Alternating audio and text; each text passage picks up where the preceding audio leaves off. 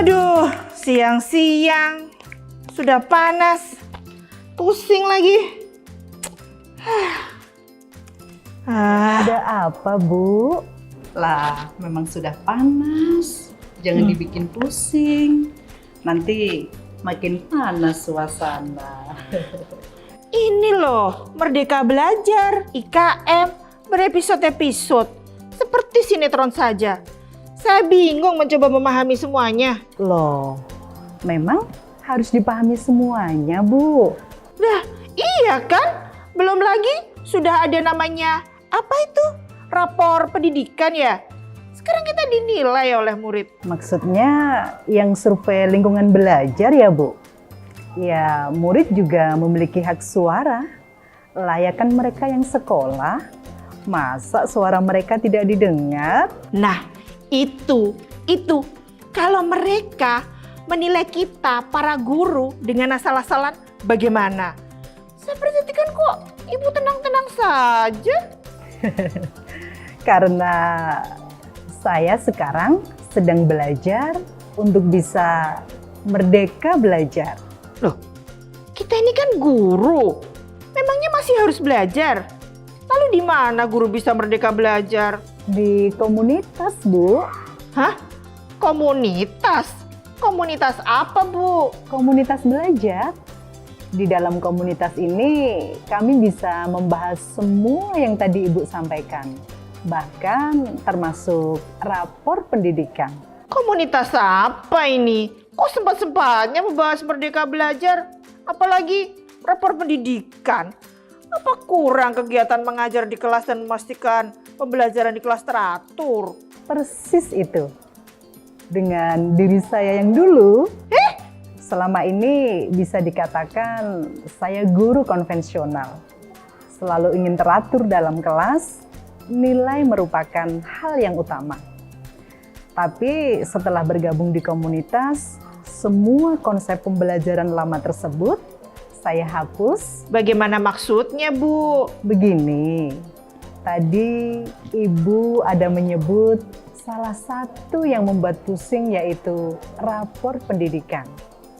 Salah satu yang diukur rapor pendidikan adalah keamanan sekolah. Dan ternyata komunitas membantu saya belajar cara memfasilitasi kelas yang aman bagi murid saya. Bagaimana bisa, Bu? Coba terangkan. Yang saya lakukan di kelas setelah mengenal istilah Merdeka Belajar adalah mendekati murid untuk memahami setiap karakteristik, kebutuhan, dan seperti apa kelas yang mereka harapkan. Intinya, semua pembelajaran harus berorientasi kepada murid. Ketika murid mengetahui gurunya berpihak pada murid, mereka paham bahwa kelas adalah ruang belajar yang aman bagi mereka. Karena mereka mengalami kelas sebagai ruang belajar yang aman, sampai jam terakhir pun mereka menikmati belajar. Nah, apa ada indeks di rapor pendidikan yang paling membuat Ibu bingung? Ada, Bu. Refleksi guru. Memangnya belum cukup kita membuat deskripsi mapel dan narasi rapor? Nah, Bu, komunitas belajar memberikan ruang untuk saling berbagi cerita dan pengalaman baik di kelas. Lewat berbagi cerita dan pengalaman baik tersebut, anggota komunitas menjadi semakin reflektif.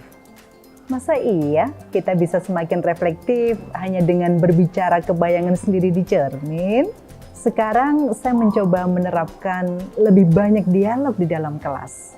Harapannya murid semakin reflektif dan semakin Merdeka ya?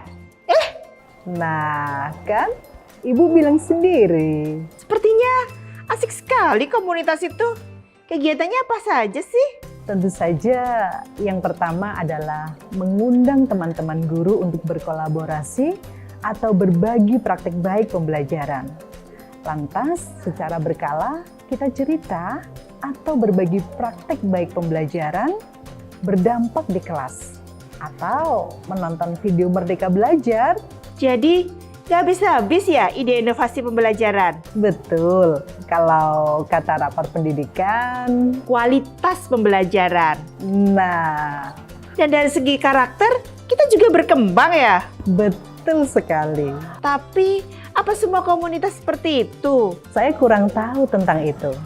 Tapi saya tahu bagaimana komunitas yang baik menjaga semangat kebinekaan dan kesetaraan.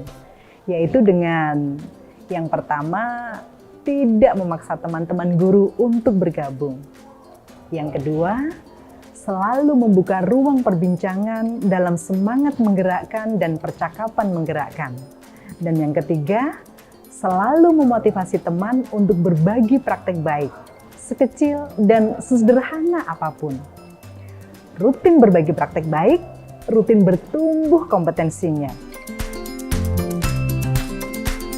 Bu Indah, sudah baca rapor pendidikan yang di sekolah kita belum? Kita obrolin di komunitas belajar yuk.